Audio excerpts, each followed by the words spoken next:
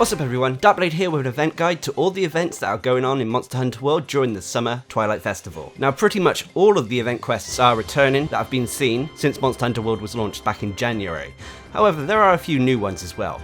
Nonetheless, we'll go through them all, trying to pick out which are worth doing. Now, instead of going through these in order, I'll divide them up into different categories. First, we'll get the Kulftaroth Siege event coming back. This is a unique mission where players in the Gathering Hub combine all their efforts to force the beast to run and get some unique loot. Hunters must be hunter rank 16 or higher to take place in this event, and they have to have got far enough through the game to see the credits. You can only take part in this event by going up to the Gathering Hub and talking to the Hub Lass. I've covered the Kulftaroth Siege in detail in a different video, so I'd advise you checking it out if you want to take on this mission. The main reason for doing the siege is that you get some very unique items from it, namely weapons. Some of these could be even considered best in slot, so it's worth considering. Next are the PlayStation exclusives. Now there are two of them. There's Lessons of the Wild, which is a 5-star low rank quest that requires hunters to be hunter rank 6 or higher. This takes place in the arena and requires players to slay 8 Barnos. Now for completing this event quest, you'll obtain a Watcher lens that can be taken to the workshop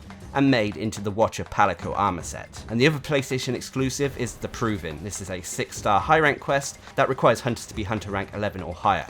This has players taking on an Anjanath in the Ancient Forest. Now for completing this quest, you'll receive Nora Brave trophies, which can be taken to the workshop where players can forge either the Aloy bow or the Aloy armor. Now both of these event quests are the collaboration event with Horizon Zero Dawn, so if you haven't had a chance to do this yet and you're on the PlayStation, it's worth considering. Next are weapon and armor events. These are event quests that yield different weapons or armor for yourself or your Palico. First is a Rush of Blood. This is the Mega Man crossover event. This is a 7-star high rank quest that requires hunters to be hunter rank 13 or higher. This has players taking on a tinier Doggeron and a larger Doggeron in the arena. For completing this mission, you'll get Rocket Man tickets, which can be then used to forge the Rocket Man or Mega Man Palico weapon and armor set. Next is Every Hunter's Dream. This is a 5-star low rank quest that requires hunters to be hunter rank 8 or higher.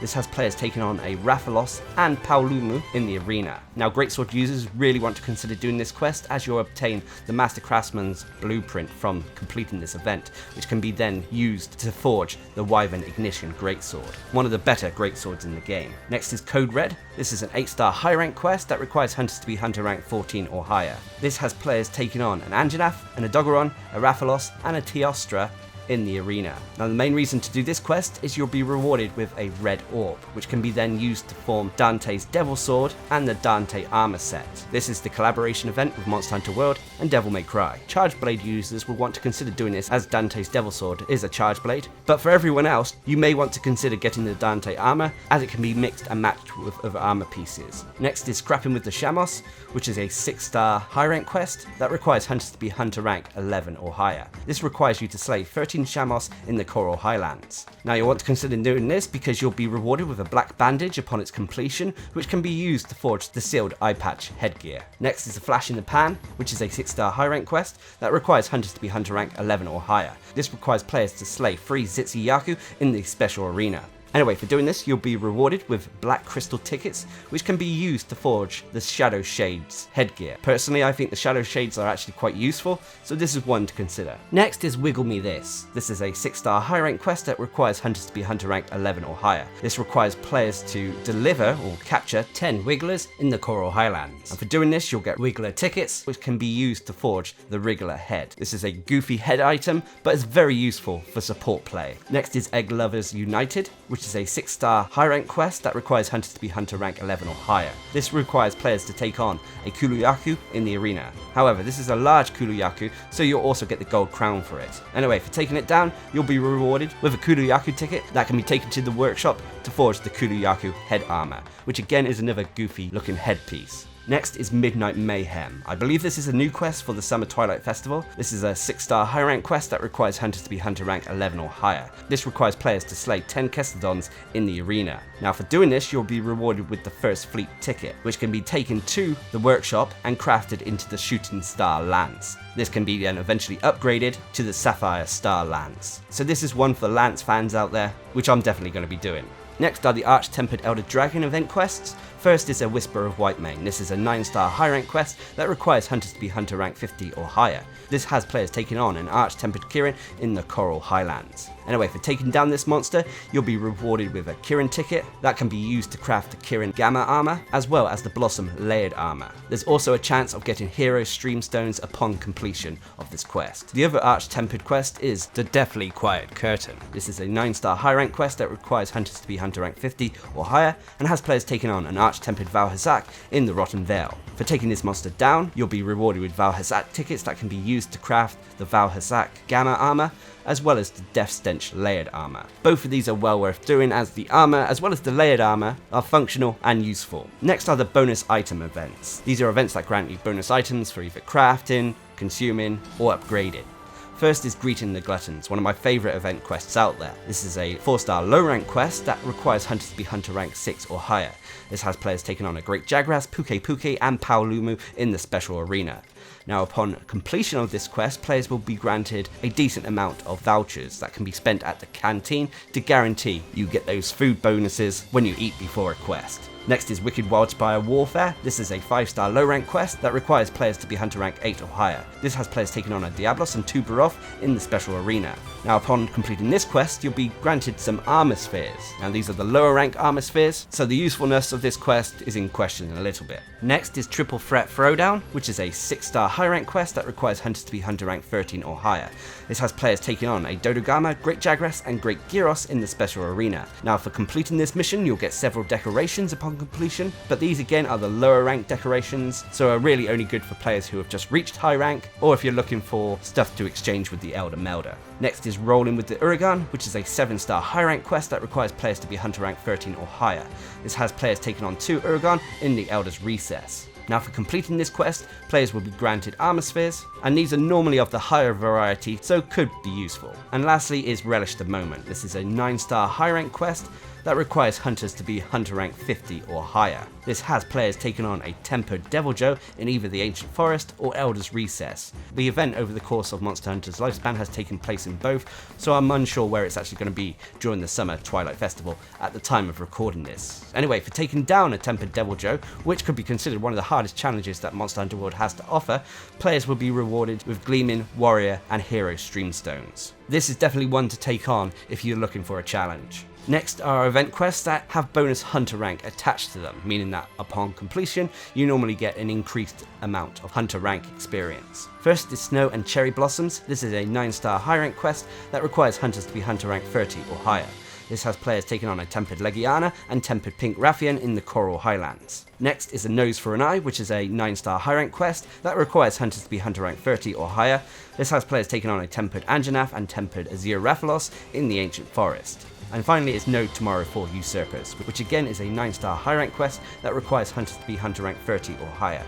This has players taking on just a single Tempered Basil Juice in the Elder's Recess. As I said, all of these 3 quests grant bonus hunter rank upon completion, so if you're looking to boost your hunter rank, these are worth doing. Next are event quests that have increased chances of getting large or small gold crowns. First is Deep Green Blues. This is a 7-star high rank quest that requires hunters to be hunter rank 13 or higher.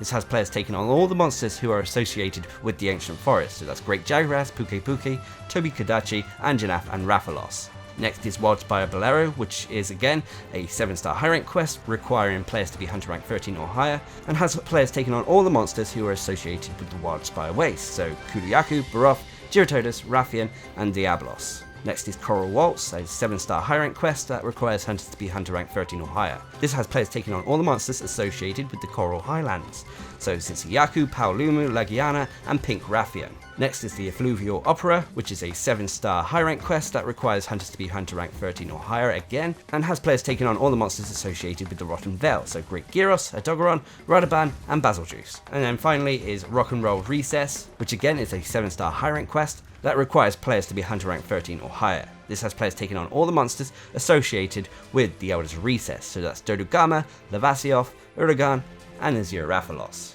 As I said, any of these missions come with increased chances of getting small or gold crowns for all of these monsters involved. Unfortunately though, they don't include Elder Dragons, so if you're missing gold crowns for Elder Dragons, you'll have to try your luck with investigations. The next 2 event quests are event quests that allow you to collect tempered monster tracks alongside the actual mission goal. This can help boost your list of monster investigations if you're low on them. First is a simple task. This is a 9-star high rank quest that requires hunters to be hunter rank 30 or higher. This has players gathering and delivering 10 gourmet shroom caps in the ancient forest. However, like I said, there are plenty of tempered Threat 1 and Threat 2 monster tracks scattered all over the place, so use this as an opportunity to increase your investigation list. And next is tracking the delivery. Again, another 9-star high rank quest that requires hunters this time to be hunter rank 50 or higher. This requires players to deliver and collect 10 blue beryl in the Elder's Recess. However, unlike a simple task, this is scattered with Threat 3 tempered monster tracks in the area, so use this to get some tempered Elder Dragon investigations. Now next are the quests that are uncategorized, basically they're just normal quests. First is Up at the Crack of Dawn, which is a 1-star low rank quest that has players taking on 12 Kestodon. Nothing really special about this, but this one is one for newcomers to the game. Next is Chew the Fat, another newcomer friendly mission, which is a 2-star low rank quest that has hunters taking on 2 Great Jagras in the ancient forest. Next is You're Cool With That, which is a 4-star low rank quest that requires hunters to be hunter rank 6 or higher. This requires hunters to take on a Kuluyaku and Zitsuyaku in the special arena. Next is Flesh Cleaved to Bone, which is a 5-star low rank quest that requires hunters to be hunter rank 8 or higher. This has players taking on an Adogeron and Radaban in the special arena. Next is Kieran the Myth, another low rank quest rated 5 stars and requires hunters to be hunter rank 8 or higher. This requires players to slay 2 Kieran in the Coral Highlands. This is good for newcomers to the game who want to test their mettle against an Elder Dragon. Next is the Poison Posse, a 5-star low rank quest that requires hunters to be hunter rank 8 or higher. This has players taking on all the monsters associated with the ailment poison. So that's Puke Puke, Rathian and Rathalos. So make sure to bring some antidotes to this fight. Next is Gaze Upon the Dawn, a 6-star high rank quest that requires hunters to be hunter rank 11 or higher. This has players taking on Zora Magdaros in the Everstream. Gaze Upon the Dawn is a good opportunity to farm Zora Magdaros and not have to rely on him popping up in the optional quests. Next is This Is How Revolts Start, which is a 7-star high rank quest that requires hunters to be hunter rank 13 or higher. This has players taking on Diablos and Black Diablos in the Wildspire Waste. Nothing too special about this quest, but it could be considered challenging maybe. Next is Keeper of the Otherworlds, which is a 9-star high rank quest that requires hunters to be hunter rank 16 or higher. This requires players to take on Xeno'jiiva. Again, just like Gaze Upon the Dawn, this is a good way of farming Xeno'jiiva without relying on it popping up randomly in the optional missions. And then finally is the Throne Taker, which is a 9-star high rank quest that requires hunters to be hunter rank 50 or higher. This has players taking on a Tempered Nergigante, Lunastra and Teostra in the Elder's Recess. One of the tougher event quests out there, and one to consider if you're looking for a challenge. Next we'll move on to the challenge quests. These are found up in the Gathering Hub by talking to the Arena Lass. Now I'm not going to cover every single challenge event quests, as a lot of them are just time attacks and testing your skill. However, I will cover the ones that give useful items, or that really stand out. First is the Gadulaka Outbreak, which is a 6-star high rank quest that requires hunters to be hunter rank 11 or higher. This requires players to defeat 10 Gadulakas, and upon doing this, they will obtain a Summer Insect Guide, which can be then used to make the Butterfly Armor Alpha and Beta, as well as the Butterfly Layered Armor. So this is one to consider. Next is Vespoid Infestation, a 2-star low rank quest that requires hunters to be hunter rank 4 or higher. This requires players to slay 30 Vespoids in the special arena. Upon doing this, players will be rewarded with the Spring Insect Field Guide, which can be then used to forge the Queen Beetle armor set in the workshop. Unfortunately, this is a low rank armor, so its usefulness could be questionable. Next are the Street Fighter V challenge quests. First is Down the Dark Muddy Path, which is a 3-star low rank quest that requires hunters to be hunter rank 3 or higher. This requires players to slay a giant Baroth in the arena. Players taking part in this mission will also be playing as Ryu. Now, upon completion, you'll be rewarded with Street Fighter V tickets that can be used to make the Ryu full set armor from Street Fighter V. Next is Empress in Full Bloom, which is a 7-star high rank quest that requires hunters to be hunter rank 12 or higher. This has players taking on a pink Rathian in the arena, and they'll be doing so playing as Sakura from Street Fighter V. Anyway, for taking down Pink Rathian, you'll get Street Fighter V 2 tickets, which can be then used to forge the Sakura full armor set. And then finally is the Awakened Satsui no Hado, which is an 8-star high rank quest that requires hunters to be hunter rank 13 or higher. This has players taking on a Nergigante in the arena. Players will also be playing as Ryu during this event. Anyway, for taking down Nergigante, you'll be rewarded with Street Fighter V 3 tickets, which can be then used to forge the Ryu Alpha 4 armor set, which is a high rank version of the armor set you get from Down the Dark Muddy Path. Now, arena challenge quests can be tricky as they're always tuned to multiplayer and you have to pick from pre-selected weapons and loadouts. So these could be considered tricky for some. I personally don't enjoy them that much, but if you can find a friend to take them on with, they are easier. One more thing before I bring the video to a close. The USJ event should be available to those of you over in Japan, which allow you to get the Azure Star-Lord outfit and matching longsword. However, when I first logged into the Summer Twilight Festival, I saw that I had one of the USJ quests available to me, the USJ Gold Star Treatment Quest, which is a low rank 3-star quest for hunters rank 4 or higher. This has you taking on 3 Great Jagras in the arena, and it is guaranteed for one of these Jagrasses to be a large gold crown and another one to be a small gold crown. These are guaranteed. On top of that, it provides you the early materials upon completion to start crafting the Azure Starblade, which eventually would be upgraded to the Azure Star Dragon Dance longsword. It also allows you to craft the low level Azure Star Palico outfit. But alas, the second tougher high rank USJ event quest was not available for me, which is the USJ Blazing Azure Star event quest that has players taking on a Dodogama and Azure Rathalos. This also yields the materials to craft the actual armor for the USJ event, as well as the upgraded longsword. Now, this video is just to cover the event quests that come for the Summer Twilight Festival. Of course, there's going to be new gear, like for example the Aloha Palico gear, as well as the Diver armor, but these can be earned from doing the daily limited bounties, which will be covered in a different video later on today. But anyway, what event quest interests you the most? Leave a comment down below. And until next time, I've been Darcblade, bringing you a video covering all the events going on during the Summer Twilight Festival in Monster Hunter World. Hope you enjoyed the video. Thanks for watching, subscribe and like for more.